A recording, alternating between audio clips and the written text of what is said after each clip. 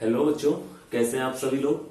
तो twelfth class की chemistry का पहला चैप्टर हमारा चल रहा है। चैप्टर का नाम है सॉलिड स्टेट। अभी तक सॉलिड स्टेट के अंदर क्या क्या पढ़ा है फटाफट से एक बार देख लेते हैं। अभी तक हम पढ़ चुके हैं सॉलिड जो होते हैं उनकी क्या क्या प्रॉपर्टीज होती है, वो कितनी तरह के होते हैं। और हमने देखा था कि केवल इस चैप्टर के अंदर हमें क्या पढ़ना है, क्रिस्टलाइन सॉलिड्स के बारे में पढ़ना है। उन सॉलिड्स के अंदर क्या रहता है, रेगुलर अरेंजमेंट रहता है। जहां से हमने पढ़ा क्रिस्टल लैटिस के बारे में, कितनी तरह के क्रिस्टल लैटिस होते हैं। 7 तरह क्रिस्टल लैटिस हमने पढ़े थे लास्ट वीडियो के अंदर। यूनिट सेल बारे में पढ़ा। यूनिट सेल जो होती है वो कितनी तरह की होती है, वो सेंटर्ड प्रिमिटिव 2 तरह की होती है।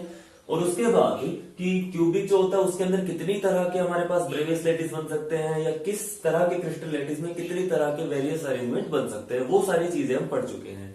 यहां से एक चीज और आपको ध्यान में रख लेनी है कि इस चैप्टर के अंदर जितने भी लैटिस हम पढ़ने वाले हैं, जिनकी हम स्टडी करेंगे, वो सभी जो रहेंगे वो केवल और केवल क्यूबिक क्रिस्टल लैटिस रहेंगे। और क्यूबिक के अंदर 3 तरह के अरेंजमेंट बन रहे थे। कौन कौन से अरेंजमेंट बन रहे थे? पहला बन रहा था सिंपल क्यूबिक क्रिस्टल लैटिस। पहला कौन सा बन रहा था? Simple cubic crystal lattice. दूसरा बन रहा था face centred cubic crystal lattice. दूसरा कौन सा बन रहा था? Face centred cubic crystal lattice. तीसरा जो बन रहा था वो बन रहा था body centred cubic BCC crystal lattice. तो इस तरह से ये 3 तरह के हमारे पास अरेंजमेंट बन रहे थे क्यूबिक क्रिस्टल्स के अंदर। हमें क्या करना है, हमें इस चैप्टर के अंदर पढ़ना है, इस वीडियो के अंदर पढ़ना है कि कोऑर्डिनेशन नंबर क्या होता है, और हर एक तरह के इस लैटिस के अंदर एक यूनिट सेल में कितने एटम्स होते हैं। 2 चीजें आज हम कवर करने वाले हैं। पहला टॉपिक रहेगा कोऑर्डिनेशन नंबर, और दूसरा जो रहेगा कि एक यूनिट सेल के अंदर कितने नंबर ऑफ एटम्स होते हैं। ये 2 चीजें हम कवर करने वाले हैं, ठीक है। तो स्टार्ट करते हैं कोऑर्डिनेशन नंबर से। कोऑर्डिनेशन नंबर का मतलब क्या होता है? कोऑर्डिनेशन नंबर का मतलब होता है कि एक एटम कितने पड़ोसियों से घिरा हुआ है, उसके नियरेस्ट नेबरिंग पार्टिकल्स कितने हैं, उसके नियरेस्ट नेबरिंग एटम्स कितने हैं। उस नंबर ऑफ एटम्स को हम बोलते हैं क्या? कोऑर्डिनेशन नंबर बोलते हैं। फॉर एग्जांपल, अगर मैं पूछता हूं कि एक एटम जो है वो 4 एटम से घिरा हुआ है, तो इसका मतलब उसका कोऑर्डिनेशन नंबर कितना हो गया? 4 हो गया। अगर उसके आसपास केवल 2 ही एटम लगे हुए तो उसका कोऑर्डिनेशन नंबर कितना हो गया? 2 हो गया। तो इस तरह से हमें क्या करना है कि हर एक तरह की यूनिट सेल के अंदर कोऑर्डिनेशन नंबर जो फाइंड आउट करना है। अब हमें क्या पता होगा कि एक एटम कहां पे कितने एटम से घिरा हुआ होगा, वो चीज कैसे पता चलेगी? वो चीज हमें पता चलेगी स्ट्रक्चर से। तो तीनों का स्ट्रक्चर हम ड्रॉ करना स्टार्ट करते हैं। स्टार्ट कर रहे हैं कहां से? सिंपल क्यूबिक क्रिस्टल लैटिस से। देखो इसका स्ट्रक्चर कैसे होता है। सिंपल क्यूबिक के अंदर इस तरह से होता है भाई, एक क्यूब रहेगा, एक क्यूबिक यूनिट सेल रहेगी। एटम्स कहां पे प्रेजेंट रहेंगे? एटम प्रेजेंट रहेंगे केवल और केवल इन सेंटर्स के ऊपर। कौन से सेंटर्स हैं ये? इनको हम बोलते हैं कॉर्नर्स। एटम्स कहां पे प्रेजेंट होंगे? केवल और केवल कॉर्नर्स के ऊपर प्रेजेंट रहेंगे। तो ये हमारे पास एक सिंपल क्यूबिक क्रिस्टल लैटिस की एक यूनिट सेल बन गई। अब हमें बोलना है कि ये जो स्ट्रक्चर होगा इसको क्या बोला जाता है? इसको बोलते हैं ओपन सेल। इसको क्या बोलते हैं? Open cell structure. इस स्ट्रक्चर के अंदर क्या है कि एक सेल जो है वो खोल के आपको दिखा रखी है। एक्चुअल में सेल का स्ट्रक्चर जो रहता है, यूनिट सेल जो रहती है, उसका स्ट्रक्चर ऐसा नहीं होता है। एक्चुअली उसका स्ट्रक्चर कैसा होता है कि ये जो बोन्स दिखाई दे रहे हैं ये इतने दूर दूर नहीं होते हैं। एटम जो रहते हैं वो क्लोजली पैक होके रहते हैं। क्लोजली पैक होने का मतलब, अगर मैं इन एटम्स को, सामने वाले जो एटम्स है उनको मैं 1 2 3 4 मार्किंग कर देता हूं, और इस पूरे के पूरे यूनिट सेल को बिल्कुल सामने से देखता हूं। अगर बिल्कुल सामने से देखूंगा तो अगले वाले 4 एटम मेरे को दिखाई देंगे, पिछले वाले 4 एटम इनके जस्ट पीछे छुप जाएंगे, है ना। तो इस स्ट्रक्चर को मैं ड्रॉ करने की कोशिश करता हूं। पहला जो एटम रहता है उस एटम को मैं इस तरह से स्फीयर से रिप्रेजेंट कर रहा हूं। दूसरा एटम जो रहेगा वो भी इसी तरह से रहेगा, और ये क्लोजली पैक्ड रहेंगे। क्लोजली पैक्ड होने का मतलब कि एक दूसरे बिल्कुल टच होके रहेंगे, ठीक है। जो स्ट्रक्चर्स बनाने हैं आपको वो इस तरह से बनाने हैं कि जो एटम्स बने हैं वो एक जैसे साइज के दिखने चाहिए, ठीक है। और ये बन गया 4th। आप लोग अपनी ड्राइंग में थोड़ा बहुत ध्यान रख लेना इस चीज का कि स्ट्रक्चर जो बनाएंगे वो थोड़े से सिमिलर से दिखाई देने चाहिए। कितना हो जाएगा? तो इस तरह से मैंने सामने वाले जो 4 एटम्स है इनको मैंने क्या कर दिया है, यहाँ पे ड्रॉ कर लिया है कि एक्चुअल में वो एटम्स किस तरह से अरेंज होते हैं। एक्चुअल के अंदर किस तरह अरेंज होते हैं वो, कि सामने वाले 4 एटम रहेंगे एक दूसरे टच होके रहेंगे, उनके बीच में कोई स्पेस नहीं रहेगा, क्लोज पैकिंग रहेगी यहाँ पर। तो इस तरह से हमने ये जो स्ट्रक्चर बनाया है इसको मैं बोलता हूं क्लोज पैक्ड। इसको क्या बोलेंगे? Close packed structure. एक यूनिट सेल का ये क्लोज पैक स्ट्रक्चर है। यहाँ पे एटम जो उनकी पैकिंग कैसी हुई, बहुत क्लोज पैकिंग की हुई है, ठीक है। अब मैं बात करता हूं कि इस पूरे जो स्ट्रक्चर रहेगा, जो पूरा स्ट्रक्चर रहेगा, इससे हमें ये वाला स्ट्रक्चर चाहिए, इसमें से ये स्ट्रक्चर चाहिए। अगर मैं बात करता हूं इस पूरे एटम की, ये जो पूरा एटम रहेगा इस कॉर्नर के ऊपर रखा हुआ है, इस यूनिट सेल के अंदर, इस क्यूब के अंदर इसका कितना पार्ट होगा, कितना पार्ट होगा? इसमें से अगर 1/8 पार्ट कर दिया जाए तो क्या होगा, वो पार्ट इसके अंदर आ जाएगा। देखो हम क्या करते हैं कि इस एटम को मैं यहाँ पे पूरा शो करने की कोशिश कर रहा हूं। एक पूरा एटम जो है वो यहाँ पे रखा हुआ है, इस तरह से, इस तरह रखा हुआ है। इसमें से आधा एटम जो ऊपर है इस यूनिट सेल के, आधा जो है वो यूनिट सेल के अंदर है। आधा सेल, आधा जो एटम वो कहां पे है, ऊपर है, आधा नीचे है। तो ऊपर वाला आधा जो था वो तो इस यूनिट सेल के अंदर है ही नहीं, आधा ही जो स्ट्रक्चर है इस तरह से वो इस यूनिट सेल के अंदर रखा हुआ है। इसके बाद इसको और अगर हाफ कर दिया जाए तो आधा जो अभी जो बचा हुआ है उसका भी हाफ इस तरह इस साइड रह जाएगा, आधा उसका इस साइड रह जाएगा। मतलब 1/4 जो था वो अभी इसके अंदर और भी नहीं है, 1/4 जो है वो और भी नहीं है। इसके अलावा कुछ आइटम इससे बाहर भी निकल रहा होगा, उसको भी हमें काट के अलग कर देना है। तो उस 1/4 का भी हाफ जो है वो इस एटम, इस यूनिट सेल के अंदर नहीं है, उसको हम काट देते हैं। तो ओवरऑल जो स्ट्रक्चर बनता है वो केवल इस तरह का बचता है। टोटल यहाँ पे जो पार्ट बचा हुआ कितना बचा हुआ है, 1/8 बचा हुआ है। एक चीज तो आपको ये ध्यान रखनी है कि जब भी कॉर्नर के ऊपर एटम प्रेजेंट होगा तो उसका पूरा पार्ट एक यूनिट सेल के अंदर नहीं आता है, उसका केवल 1/8 पार्ट जो रहता है वो कहां पे आता है, इस यूनिट सेल के अंदर आता है। तो ये जो एटम रहेगा इसका 1/8 पार्ट जो था वो इस यूनिट सेल के अंदर आ रहा है, बाकी जो पार्ट था वो अलग अलग यूनिट सेल के अंदर जा रहा है। जैसे इसके ऊपर भी एक यूनिट सेल रहेगी, कुछ पार्ट उसके अंदर जा रहा है, इसके सामने एक यूनिट सेल रहेगी उसके अंदर, इसके साइड में रहेंगे उनके अंदर। तो इस तरह हम बोल सकते हैं कि एक एटम जो रहता है उसका पूरा का पूरा जो कंट्रीब्यूशन रहता है वो कई सारे यूनिट सेल के अंदर रहता है, वो एक एटम कई सारे यूनिट सेल के अंदर शेयर होता है। ठीक है, एक चीज आपको ये ध्यान रखनी है। दूसरा हमें फाइंड आउट करना है कि कोऑर्डिनेशन नंबर कितना होगा। तो हमने बोला है कि यूनिट सेल जो रहते हैं एक दूसरे के ऊपर इस तरह अरेंज रहती है। अगर मैं इसी एटम की बात करता हूं तो ये एटम जो है ये कितने और एटम्स के साथ डायरेक्टली कॉन्टेक्ट में है, उनके साथ कितने पड़ोसी इसके नियरेस्ट नेबर्स पड़ेंगे, तो वो चीज हमें देखनी है।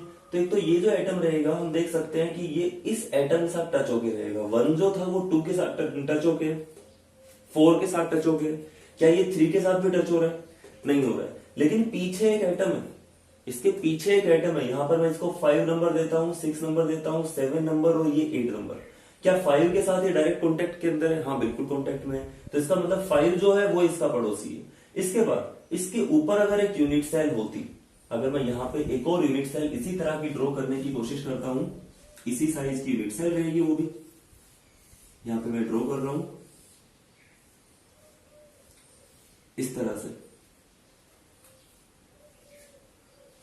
अभी ऊपर यहां पे जो एटम आएगा वो भी तो इसके जस्ट ऊपर रखा हुआ है, वो भी इसके कांटेक्ट में रहेगा। ठीक है, एक इसी तरह से साइड में जो एक एटम रहेगा वो भी इसके कांटेक्ट में रहेगा। एक सामने की साइड में जो यूनिट सेल बनेगी इसके सामने जो एक एटम रखा होगा वो भी क्या होगा, इसके डायरेक्ट कांटेक्ट के अंदर रहेगा। तो यहां से निकल के आता है कि ये जो एटम है कुछ एटम के साथ डायरेक्टली कांटेक्ट के अंदर है, तो वो जिनके साथ डायरेक्टली कांटेक्ट में है वो इसके नियरेस्ट नेबर्स हैं, और कितने एटम होंगे वो बन जाएगा इसका कोऑर्डिनेशन नंबर। तो हम काउंट करते हैं कितने एटम साथ डायरेक्टली अटैच्ड है। अगर एटम यहां पे था, ये इस एटम के ऊपर एक एटम रखा हुआ था, एक एटम इसके नीचे रखा हुआ था, इन दो के साथ डायरेक्टली कॉन्टेक्ट में है। एक इसके ये लेफ्ट में था और एक इसके ये राइट में था, इनके साथ डायरेक्टली कॉन्टेक्ट में है, 4 हो गए। एक ये इसके पीछे रखा हुआ था, एक इसके सामने रखा हुआ था। टोटल कितने एटम हो गए? 6 एटम हो गए। तो आपको ध्यान रखना है कि सिंपल क्यूबिक जो होता है उसके अंदर कोऑर्डिनेशन नंबर हर एक एटम का कितना रहेगा, 6 रहेगा। अब किसी भी एटम को हम देख सकते हैं, अगर आप इस एटम की बात करते हैं तो इसके अभी सामने एक एटम रहेगा, इसके पीछे एक एटम रखा हुआ है, इसके ऊपर एक एटम होगा, नीचे भी एक एटम होगा, लेफ्ट में भी और राइट में भी। इस तरह से एक सिंपल क्यूबिक यूनिट सेल के अंदर हर एक एटम का कोऑर्डिनेशन नंबर जो रहेगा वो कितना रहेगा, वो रहेगा 6। क्लियर है इतना? इसको नोट करो। तो यहां से 2 चीजें हम नोट करने वाले हैं। एक चीज तो ये कि कोऑर्डिनेशन नंबर कितना है सिंपल क्यूबिक क्रिस्टल लैटिस के अंदर। सिंपल क्यूबिक के अंदर कितना आता है कोऑर्डिनेशन नंबर? वही कोऑर्डिनेशन नंबर आता है यहाँ पे 6। कोऑर्डिनेशन नंबर जो आता है सिंपल क्यूबिक के अंदर वो कितना आता है, हर एक एटम का 6 आएगा यहाँ पे। दूसरी चीज जो यहाँ से क्लियर होती है वो ये कि जब कोई एटम कहाँ पे प्रेजेंट होता है, कॉर्नर की ओर प्रेजेंट रहता है, तो उसका कुछ पार्ट ही एक यूनिट सेल के अंदर आता है, बाकी जो पार्ट रहता है वो दूसरी यूनिट सेल के अंदर जाता है, बाकी उसके आसपास जो यूनिट सेल रहेंगी वहां पर वो चला जाएगा। ठीक है, तो एक चीज यहां से ये क्लियर होगी। दूसरा जो है, पहले मैं बीसीसी का बता देता हूँ कि बीसीसी के अंदर जो रहता है हम कोऑर्डिनेशन नंबर किस तरह फाइंड आउट करते हैं। तो सबसे पहले बीसीसी जो स्ट्रक्चर रहता है उसको हम बनाने की कोशिश करते हैं। हम बॉडी सेंटर्ड बना रहे हैं, तो बॉडी सेंटर्ड के अंदर क्या रहेगा भाई, बॉडी का जो सेंटर रहता है वहां पर एक एटम प्रेजेंट रहता है, इसके अलावा कॉर्नर्स पे तो एटम रहेंगे ही रहेंगे। तो ये कॉर्नर्स वाले एटम्स जो है उनको मैंने इस तरह शो कर दिया है, ये कॉर्नर्स के ऊपर एटम प्रेजेंट है, और एक जो एटम रहेगा वो कहां प्रेजेंट रहेगा, वो बॉडी के सेंटर के ऊपर प्रेजेंट रहेगा। ठीक है, ये चीज क्लियर है। अब इसको 3D में दिखाना थोड़ा मुश्किल है, आप इस तरह समझ के चलो कि इन चारों के बीच में ऊपर ये रखा हुआ है और उसके ऊपर ये फिर दोबारा चार रखे हुए हैं। ठीक है, अब क्या करता है, हमें कोऑर्डिनेशन नंबर फाइंड आउट करना है। तो ये जो एटम, अगर बात करता हूं इस एटम की, ये एटम कितने एटम्स के साथ डायरेक्टली अटैच्ड है या फिर इसके नियरेस्ट नेबर्स कौन से हैं। तुम्हें पता है कि भाई देखो, ये जो एटम रहेगा ये इन चारों के साथ टच हो रहा है, चार एटम रखे हुए प्लेन के ऊपर, उसके ऊपर एक एटम रखा हुआ है, मतलब ये चारों जो हैं ये इसके पड़ोसी हैं। इसी तरह से ऊपर भी ये चार इसके ऊपर रखे हुए, तो टोटल नंबर ऑफ एटम्स इसके जो डायरेक्ट कॉन्टेक्ट के अंदर है वो इसके नियरेस्ट नेबर्स हो जाएंगे। तो यहाँ पे नंबर ऑफ नियरेस्ट नेबर कितना हो जाएगा, ये इन 8 एटम्स के साथ डायरेक्ट कॉन्टेक्ट के अंदर है। तो इसका मतलब यहाँ पे कोऑर्डिनेशन नंबर कितना हो गया, 8 हो जाएगा। तो यहाँ पे मैं लिखता हूं सिंपल क्यूबिक। दूसरा, कोऑर्डिनेशन नंबर जो रहता है जिसके अंदर अगर बीसीसी की बात करता हूं तो वहां आता है 8।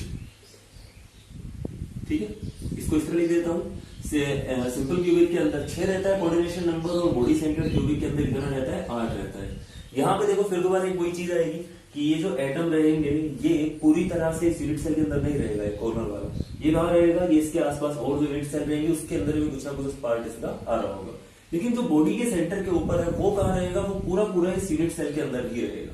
इतनी चीज क्लियर है, इसको नोट करो।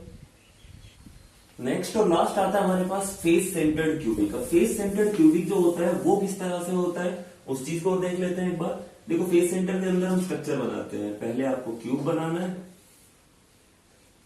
तो क्यूब के अंदर क्या रहेंगे, एटम जो रहेंगे कॉर्नर्स के ऊपर तो प्रेजेंट रहेंगे ही रहेंगे, इसके अलावा और कहां प्रेजेंट रहेंगे, वो रहेंगे फेस के सेंटर्स के ऊपर।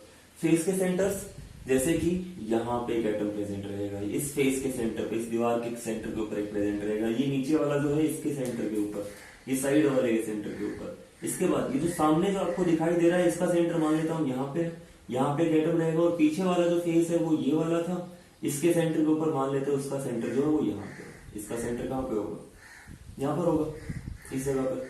तो इस तरह से हमने फेस सेंटर्स को क्या कर दिया, लोकेट कर लिया है। अब हमें किसी भी एटम का क्या करना है, हमें देखना है कि भाई इसका कोऑर्डिनेशन नंबर कितना होगा, कोऑर्डिनेशन नंबर इसका फाइंड आउट करना है। तो हमें क्या करना है, मतलब नियरेस्ट नेबर्स जो है वो फाइंड आउट करना है। तो मान लेते हैं कि ये फेस के सेंटर पे जो एक एटम रखा हुआ है, मैं मानता हूं भाई इसका हमें चेक करना है, इसका कोऑर्डिनेशन नंबर कितना है। इसका कोऑर्डिनेशन नंबर अगर हम चेक करते हैं तो काम तो फिर दोबारा वही करना है कि आपको जो नियरेस्ट नेबर हो गए वो फाइंड आउट करने, कितने इसके नियरेस्ट नेबर है। देखो 4 एटम्स ऐसे जिनके साथ ये डायरेक्टली अटैच्ड है। कौन से 4 एटम है वो, 1 2 3 4, इनकी मार्किंग कर देता हूं मैं। ये 4 एटम जो है इस एटम के डायरेक्ट कॉन्टेक्ट के अंदर है, इसका मतलब ये इसके नियरेस्ट नेबर्स है। क्या ये नीचे वाले 4 एटम्स भी इसके नियरेस्ट नेबर्स होंगे, नहीं, ये इसके नियरेस्ट नेबर नहीं होंगे। ऊपर वाले 4 जो रहेंगे वो भी नहीं होंगे। इसके अलावा अगर मैं बात करता हूं कि बाकी फेस सेंटर वाले एटम क्या इसके नियरेस्ट नेबर हो सकते हैं, तो चेक कर लेते हैं। देखो ये जो है, ये जो एटम है ये इससे इस तरह से इस फेस डायगोनल का हाफ डिस्टेंस के ऊपर प्रेजेंट है। ये जो एटम रहेगा जो नेक्स्ट फेस सेंटर के नीचे जो था, इससे भी इसकी दूरी बहुत ज्यादा नहीं है। आप इस तरह मान के चलो कि आपका जो रूम है उसकी छत पे बिल्कुल सेंटर के अंदर क्या रखा हुआ है, एक एटम रखा हुआ है। वो छत जो थी वो एक फेस हो गया, उसका सेंटर जो फेस सेंटर हो गया। इस फेस के सेंटर के ऊपर एक एटम रखना है आपको। आधा जो रहेगा वो नीचे लगा होगा, आधा जो रहेगा वो कहाँ रहेगा, छत के ऊपर लगा होगा। यानी इस एटम का आधा पार्ट जो रहेगा वो ही इस आपके रूम के अंदर आ रहा है, इस यूनिट सेल के अंदर आधा ही पार्ट आएगा। एक चीज तो ये समझ में आनी चाहिए। दूसरी चीज ये, आपको डिस्टेंस चेक करनी है इसकी बाकी कॉर्नर से। बाकी कॉर्नर से इसकी कितनी कितनी डिस्टेंस है वो चेक करो जल्दी से एक बार। कुछ डिस्टेंस है, देख लिया, चारों से इक्वल डिस्टेंस होगी। इसके बाद मैं क्या करता हूं कि आपकी जो 4 दीवारें हैं रूम की, उनके भी सेंटर्स आपको चेक करने हैं। उनके सेंटर्स कहां कहां पे होंगी, क्या उनसे ये बहुत ज्यादा दूरी के ऊपर होगा, नहीं, बहुत ज्यादा दूर तो नहीं है। तो इसका मतलब ये हुआ कि यहां पर 2 तरह के इसके नेबर्स पड़ रहे हैं। 2 तरह के नेबर्स कौन कौन से हैं। पहला नेबर तो है जो कॉर्नर के ऊपर एटम प्रेजेंट है वो, और दूसरे नेबर्स ऐसे हैं जो फेस के सेंटर्स के ऊपर ही प्रेजेंट है। अब देखो आप चार दीवारें जो है नीचे वाले रूम में जिसमें आप बैठे हुए हो, इसमें अगर हम बात करते हैं तो चार दीवारों के फेस सेंटर्स जो रहेंगे उनसे ये बहुत ज्यादा दूर नहीं है। इसी तरह ऊपर वाली जो यूनिट सेल रहेगी उसके लिए क्या हो जाएगा, उस ऊपर वाले रूम की अगर हम बात करते हैं जो फर्स्ट फ्लोर पे होगा, उसके फर्श के ऊपर एक एटम रखा हुआ है क्योंकि इसकी छत ऊपर वाले की फर्श बन गई। अब वहां से भी ऊपर की जो चार दीवारें रहेंगी उनके फेस सेंटर्स को आप अगर कनेक्ट करते हो तो वो डिस्टेंस ही बहुत ज्यादा नहीं होगी। तो इस तरह चार दीवारें ऊपर वाले रूम में, चार दीवारें नीचे वाले रूम में, ये 8 तरह के एटम ऐसे हैं जो फेस सेंटर में प्रेजेंट है और इस एटम के क्या होंगे, ये नियरेस्ट नेबर्स होंगे। तो इस तरह मैं अरेंज कर देता हूं कि सामने वाला फेस था इससे यहाँ पे अटैच है, पीछे वाला फेस था यहाँ अटैच है और एक ये यहाँ अटैच है। ये नीचे में जो रहेगा ये बहुत दूर हो जाएगा इससे। इसी तरह अगर इसके ऊपर आप एक और यूनिट सेल बना लेते हैं, इनको हटा रहा हूं मैं,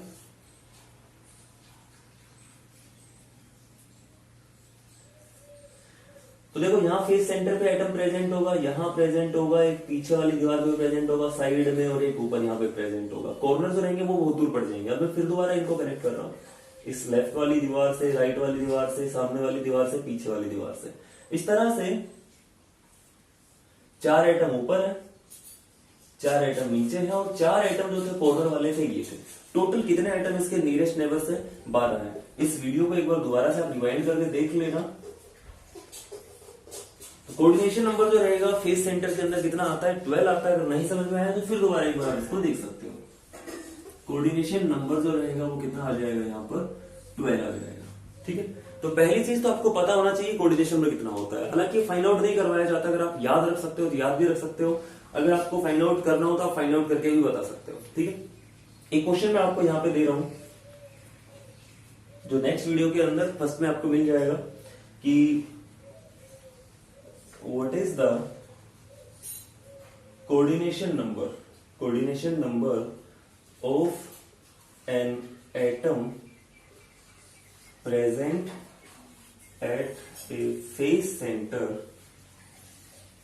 एक फेस सेंटर के ऊपर एक एटम प्रेजेंट है, उसका कोऑर्डिनेशन बताना है in an end centred cubic unit cell.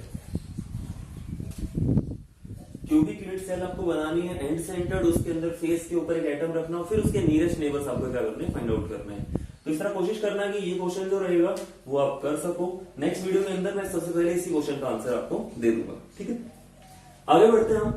Coordination number आपको याद रखना है, सिंपल क्यूबिक के अंदर 6 होता है, बीसीसी के अंदर 8 होता है और एफसीसी के अंदर कितना रहता है, 12 रहता है। ये चीज क्लियर हो जाएगी।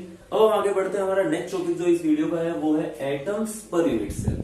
ठीक है, पढ़ते हैं अभी आगे नेक्स्ट पार्ट इस वीडियो का, जिसके अंदर हम पढ़ेंगे कि एक यूनिट सेल के अंदर कितने एटम्स होते हैं।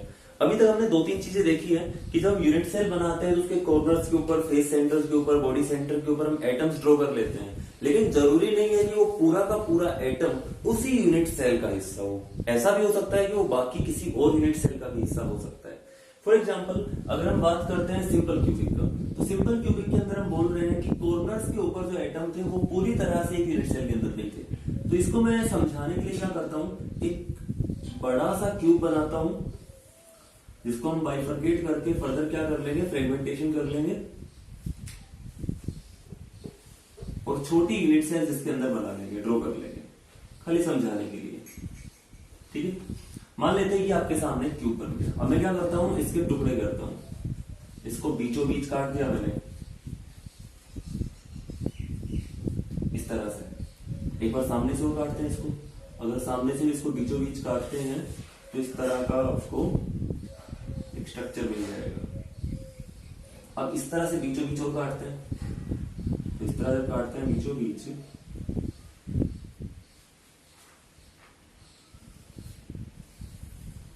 ठीक है।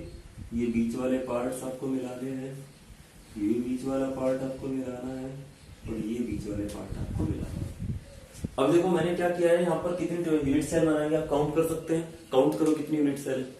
यहाँ पर टोटल 8 यूनिट सेल बनी हुई है। देखो एक क्यूब आपके सामने ये यहाँ पर दिख रहा है, एक फेस दिखाई दे रहा है यहाँ पर, इसके नीचे यूनिट सेल है यहाँ तक की। इसके बाद एक यूनिट सेल उसके पीछे है, तीसरी, चौथी, इसी तरह से 4 ऊपर और 4 नीचे भी है। तो टोटल कितने यूनिट सेल है यहाँ पर? 8 यूनिट सेल्स हमारे पास है। ठीक है, अब क्या करते हैं, किसी भी एक सेंटर की बात कर सकते हैं, किसी भी एक कॉर्नर की बात कर सकते हैं और देखना है कि वो कॉर्नर जो है वो कितनी और यूनिट सेल्स के अंदर कंट्रीब्यूट कर रहा है, कितने के अंदर मिला हुआ है, वो शेयर्ड है। तो यहाँ पर मैं इस कॉर्नर की बात करता हूँ, आप कोई भी कॉर्नर लेके चल सकते हैं, लेकिन मैं इस कॉर्नर समझा रहा हूँ, उसके बाद हम बाकी कॉर्नर्स की बात कर लेंगे। देखो ये जो कॉर्नर होगा, ये कॉर्नर कौन कौन सी यूनिट सेल के अंदर आ रहा है, कौन कौन यूनिट सेल के अंदर आ रहा है?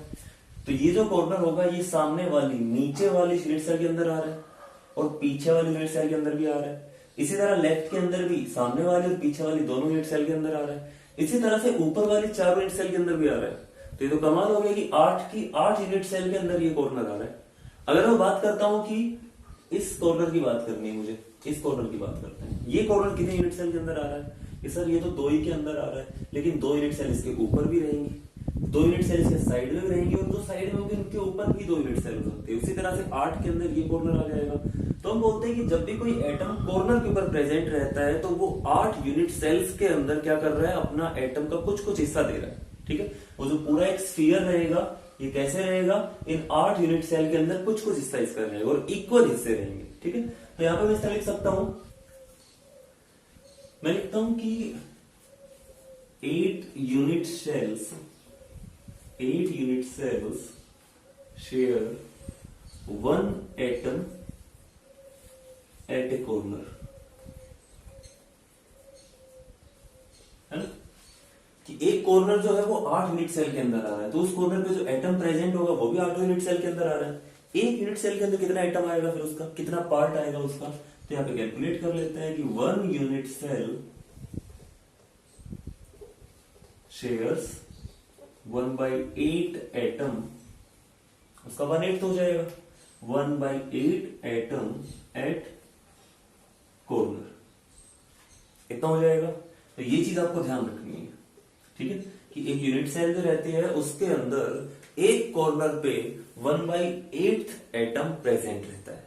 ठीक है, तो अगर एक सिंपल क्यूबिक दी हुई है सेल में, सिंपल क्यूबिक के अंदर पूछा हुआ है टोटल नंबर ऑफ एटम्स आपको काउंट करने हैं एक यूनिट सेल के अंदर, तो एक यूनिट सेल के अंदर कितने कॉर्नर्स होते हैं भाई? 8 कॉर्नर्स होते हैं। ये वाली यूनिट सेल ले लेता हूं मैं, सामने वाली, टोटल 8 इसके अंदर कॉर्नर्स है और 8 कॉर्नर्स के ऊपर एटम रखे हुए हैं। कितने कितने एटम रखे हुए हैं कि एटम सब पूरा रखा हुआ है। इस यूनिट सेल के अंदर कितना आ रहा है उसका, इस कॉर्नर पर से भी 1/8 एटम आ रहा है, इससे भी 1/8 एटम आ रहा है, इससे भी 1/8, हर एक जगह से 1/8 आ रहा है। टोटल कितनी जगह है ऐसी, तो यहां पे मैं लिखता हूं total number of atoms in a unit cell. कैसे फाइंड आउट करेंगे, हमें बताया कि 8 कॉर्नर है इसके अंदर, कितनी जगह है, 8 जगह पे एटम प्रेजेंट है, 8 कॉर्नर है और हर एक जगह से 1/8 एटम आ रहा है। तो टोटल एटम्स कितने आएंगे, इस पूरी यूनिट सेल के अंदर केवल एक ही एटम प्रेजेंट है। ठीक है, हम इस तरह बोल सकते हैं 1/8 पार्ट यहाँ पे, 1/8 यहाँ पे, 1/8 यहाँ पे, 1/8 यहाँ पे, सब जगह आप जोड़ोगे तो 8 टाइम्स हो जाएगा 1/8 का। तो इसका मतलब 1 ही एटम प्रेजेंट है। तो पहली चीज यहां से आपको ध्यान रखनी है, सिंपल क्यूबिक के अंदर पर यूनिट सेल एटम्स कितने होते हैं, 1 एटम होता है। ठीक है, इतना। नेक्स्ट बढ़ते हैं हम किसकी तरफ, नेक्स्ट बढ़ते हैं बीसीसी की तरफ। ठीक है, तो बीसीसी का एक स्ट्रक्चर बना लेते हो, हम यहां पे भी बना सकते हैं चाहे तो, मैं इसी के अंदर मॉडिफाई कर लेता हूं, आपको अलग से स्ट्रक्चर बनाना है। ठीक है,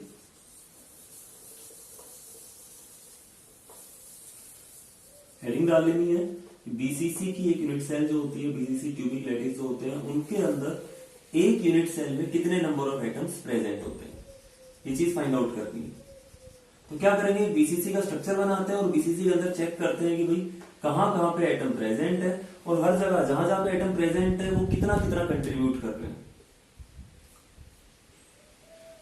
तो बीसीसी के अंदर क्या होता है, देखो भाई, एक तो सेंटर जो रहते हैं, बॉडी सेंटर जो रहता है वहां पे एटम प्रेजेंट रहता है और दूसरा कहां पे एटम रहता है, कॉर्नर के ऊपर रहते हैं। तो यहाँ पे हम क्या बोलते हैं कि भाई जो कॉर्नर्स है वहां पे तो कंट्रीब्यूशन उतना ही है जितना हमने पहले किया था, उसी तरह से हम कैलकुलेट कर सकते हैं।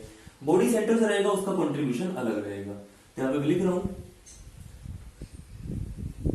Number of atoms per unit cell in BCC, body centred cubic crystal lattice.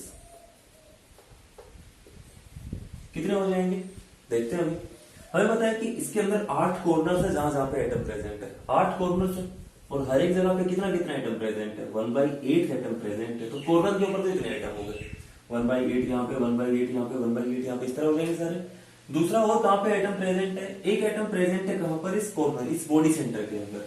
तो एक बॉडी सेंटर है और इस बॉडी सेंटर का कितना हिस्सा इसके अंदर आ रहा है, पूरा पूरा हिस्सा आ रहा है, 1 ही तो एटम आ रहा है, तो इसको 1 से मल्टीप्लाई कर लेते हैं। टोटल नंबर ऑफ एटम्स कितने हो जाएंगे, 1 + 1, टोटल एटम्स हो जाएंगे 2।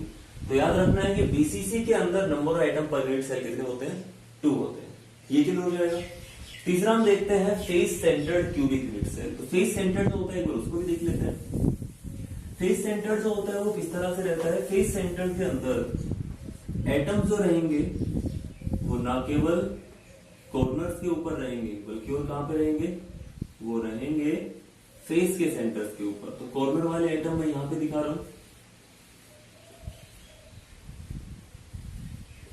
8 कॉर्नर हो गए और फेस सेंटर्स के ऊपर भी सारे में रहेंगे। तो एक फेस सेंटर ये हो गया, एक एटम यहाँ पे है, एक एटम यहाँ पे है, एक एटम यहाँ पे है, एक एटम यहाँ पे है, ठीक है। एक सामने वाले का सेंटर जो रहेगा वो यहाँ रहेगा, ये सामने वाला फेस दिख रहा है आपको, इसका सेंटर ये बना दिया मैंने। पीछे वाला फेस देखते हैं, पीछे वाला फेस जो रहेगा वो ये रहेगा, पीछे वाला फेस दिखा नहीं दिखा। अब इसका देखना है इसका फेस सेंटर कहां पे रहेगा, तो इसका फेस सेंटर जो रहेगा वो मैं यहाँ पे शो कर रहा हूं, यहाँ पे।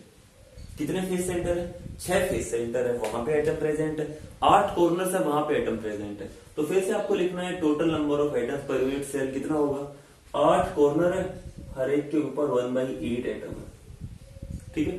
दूसरा 6 फेस सेंटर है और हर एक जगह पे कितने कितने एटम प्रेजेंट है भाई।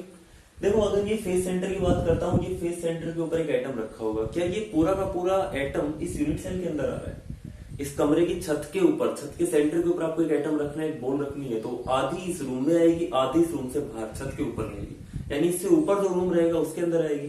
तो अब मैं बोल सकता हूं कि आधा जो एटम रहेगा वो इस यूनिट सेल के अंदर आ रहा है, आधा एटम जो रहेगा वो दूसरी के अंदर जा रहा है।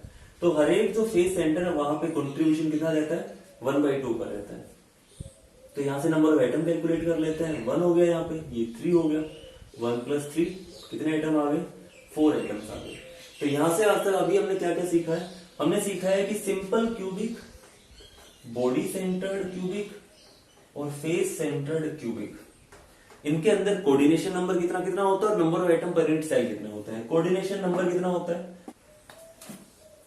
सिंपल क्यूबिक के अंदर कोऑर्डिनेशन नंबर कितना रहेगा, यहाँ पे कोऑर्डिनेशन नंबर होता है 6। बीसीसी के अंदर कितना रहता है, बीसीसी के अंदर होता है 8। एफसीसी के अंदर कितना होता है, यहाँ पे होता है 12। कोऑर्डिनेशन नंबर याद रह जाएंगे, किस तरह आते हैं वो आपको पता है। इसके बाद number of atoms per unit cell, ये कितने कितने होंगे वो चीज भी चेक कर लेते हैं। तो सिंपल क्यूबिक के अंदर नंबर ऑफ एटम कितना है पर यूनिट सेल, 1 एटम। बीसीसी के अंदर कितने हैं, 1 आया था कहां पर, कॉर्नर्स के ऊपर, 1 आया कहां पर, सेंटर के ऊपर, बॉडी सेंटर के ऊपर। टोटल कितने हो गए, 2। फेस सेंटर्ड क्यूबिक के अंदर कितने होते हैं, 1 होता है कॉर्नर्स के ऊपर और 3 आए हैं टोटल कहां से, फेस सेंटर से। तो टोटल कितने हो गए, 4। तो 1 होता है सिंपल क्यूबिक के अंदर, 2 होते हैं atoms per unit cell BCC के अंदर और एफसीसी के अंदर होते हैं 4। ये हो जाएगा। तो आज की वीडियो के अंदर फिलहाल इतना ही, मिलते हैं नेक्स्ट वीडियो के अंदर। फटाफट से ये 2 जो टेबल आपको बताई गई, एक पिछली वीडियो के अंदर थी, एक इस वीडियो के अंदर, इन दोनों को आपको देख लेना है, ये दोनों चीजें आपको याद रखनी है, ठीक है। Thank you, good bye.